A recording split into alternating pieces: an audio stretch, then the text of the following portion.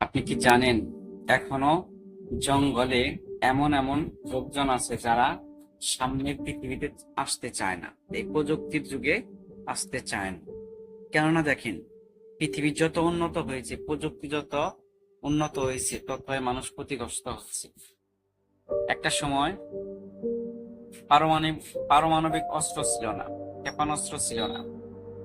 তখন কি করতো? কোনো কারণবশত কোনো দেশের সাথে যুদ্ধ হলে কেবলমাত্র সৈনিকেরাই যুদ্ধ করত, ফলে আহত নিহত সৈনিকেরাই হতো। আর বর্তমানে প্রযুক্তির উন্নয়নের ফলে এক দেশ থেকে আরেক দেশে ক্ষেপণাস্ত্র নিক্ষেপ করলে হাজার হাজার সাধারণ মানুষ সহ অনেক মানুষ মারা যায়। এটা কেন হয়েছে? প্রযুক্তির উন্নয়ন। আবার দেখেন, নানান দিক থেকে দুর্ঘটনা, বিমান দুর্ঘটনা, গাড়ি দুর্ঘটনা, ট্রেন দুর্ঘটনা হচ্ছে কেন? প্রযুক্তির উন্নয়ন।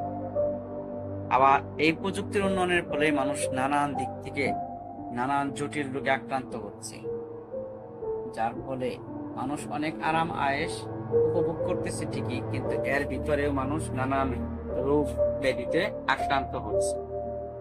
প্রযুক্তি উন্নয়ন হয়েছে, কিন্তু প্রকৃতিকে ধ্বংস করে প্রযুক্তি উন্নয়ন হওয়ার কারণে আজকে প্রকৃতি প্রদত্ত যে সমস্ত দাবানল, জ্বর, খরা, বৃষ্টি ইত্যাদি, ভূমিকম্প সহ ইত্যাদি ভয়াবহ প্রাকৃতিক দুর্যোগ আল্লাহর পক্ষ থেকে যেটা নাজিল হচ্ছে, কারণ আমরা প্রকৃতিকে ধ্বংস করে আমরা উন্নয়নের উচ্চ শিখরে উঠতে চাচ্ছি। আসেন আমরা প্রকৃতির মাঝে বেঁচে থাকি, প্রকৃতিকে ভালোবাসি। আসসালামু আলাইকুম।